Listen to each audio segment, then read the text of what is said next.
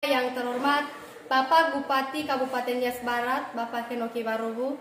Yang terhormat Bapak Ibu Panitia Penyelenggara Storytelling tingkat SMP.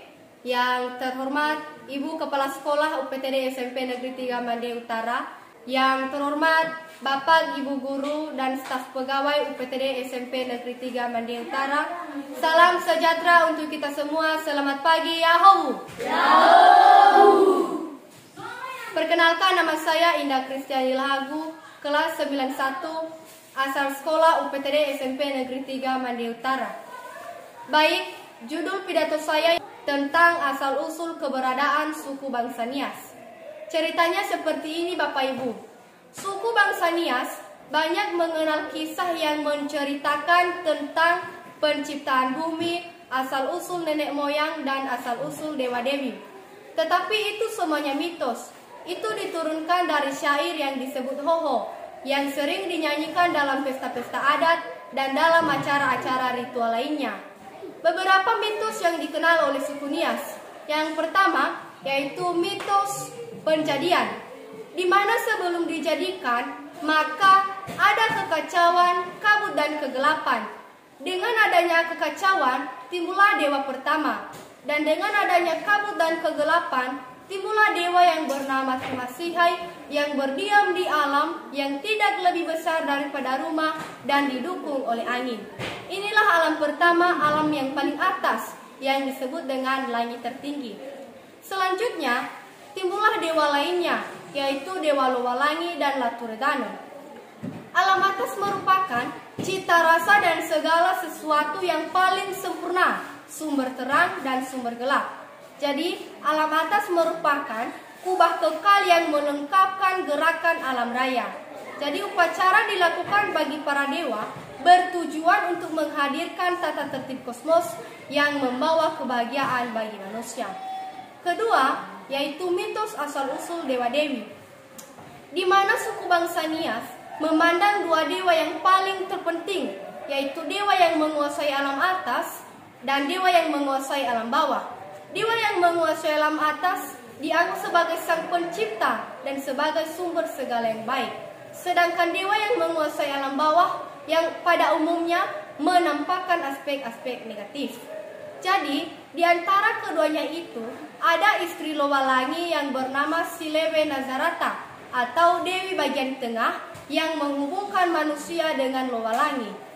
Perantara yang menghubungkan antara Lowalangi dengan Laturedano dan para imam atau ere. Menurut buku manusia, dengan kebatinannya Jawa, menurut Harun Hadiwijono, membedakan atas mitos Nias Utara dan mitos Nias Selatan. Pertama, mitos penjadian Nias Utara.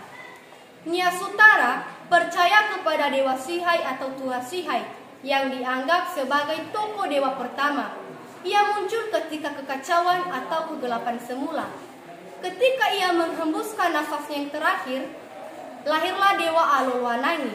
Selanjutnya, Dewa Aloloanangi mati dan melahirkan pohon dunia atau Toroa. Maka, dari pohon inilah lahir Dewa Lowalangi yang menguasai alam atas dan Laturedano yang menguasai alam bawah.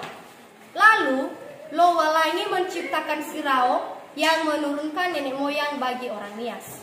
Kedua, mitos penjadian Nias Selatan. Pada mulanya kabut memecah diri sehingga lahirlah Inada Samiharaluo. Tubuhnya memecah diri sehingga melahirkan Dewa Inada Samadalohosi. Tetapi sekalipun ia tidak bersuami, ia melahirkan dua anak kembar, yaitu Dewa Lowalangi dan adik perempuannya. Dewa Lowalangi menguasai alam atas, sedangkan Dewa Laturedano yang menguasai alam bawah. Dewa Lowalangi dengan Dewa Laturedano diperhubungkan secara antagonis atau saling bertentangan, di mana Dewa Lowalangi dihubungkan dengan segala yang baik dan dengan berlambang kuning keemasan dengan simbol burung dan terang. Sedangkan Dewa Laturedano dihubungkan dengan segala yang jahat dan maut, berlambang hitam dengan simbol naga, bulan, dan kegelapan. Doa-doa dan mantera-mantera disampaikan kepada Dewa Lowalangi karena dialah yang memiliki kekuasaan yang paling besar. Ia menentukan hidup mati manusia, memberi berkat dan kutuk, kekayaan dan kemiskinan, dan mengetahui segala sesuatu, serta menghukum yang jahat. Tetapi sebelum adanya Lowalangi dan Laturedana, sudah ada dewa yang paling tertinggi, yaitu Dewa Sihai. Lowalangi, sang pencipta, bersifat melindungi manusia, sedangkan manusia banyak membuat bencana alam dan kecelakaan-kecelakaan bagi manusia. Jadi dalam hal ini, khususnya pemujaan dewa, diadakan upacara bagi para dewa, dan sedangkan pada nenek moyang cukup memotong babi atau ayam saja dan mengoleskan darahnya di mulut patung nenek moyang dan dipanjatkan doa yang dilakukan oleh imam atau ere. Suku bangsa Nias menurut mitologis nenek moyang diturunkan atas pertama kalinya, yaitu Teteh Holi Anaa, suatu negeri yang paling indah atau seperti surga bagi orang Kristen. Bernama Sirao yang mempunyai 4 anak laki, di mana yang ia berdiam di Gomo, Kabupaten Nias Utara, Gozo berdiam di Laheva, Kabupaten Nias Selatan, Hulu berdiam di Mandehe, Kabupaten Nias Barat, sedangkan Daily bertitik pusat di Gide, Kabupaten Nias bagian timur. Jadi keempat nenek moyang tersebut memiliki klan-klan atau mado-mado di Nias. Menurut Waterlamp, orang Nias percaya bahwa manusia pertama turun dari surga langsung membawa kerangka kebudayaan Nias, termasuk hukum adat atau hukum fena, yang berasal dan berkadar dari surgawi dan ilahi.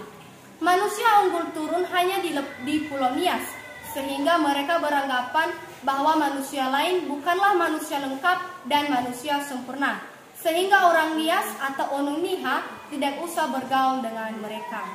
Inilah salah satu ketertutupan masyarakat Nias dan penerapan kesucian adat Nias yang ketat. Jadi, dari penjelasan asal-usul keberadaan suku bangsa Nias menceritakan tentang bagaimana Tuhan menciptakan manusia dan alam semesta yang berstatus superior, yang menyebabkan manusia harus tunduk dan menyembahnya. Demikian pidato saya pada hari ini. Atas perhatian saya ucapkan banyak terima kasih. Yahoo! SMP Negeri 3 maju terus. Nias Barat Hasambua, Hasambua Nias Barat, Nias Barat Sobuna Basato.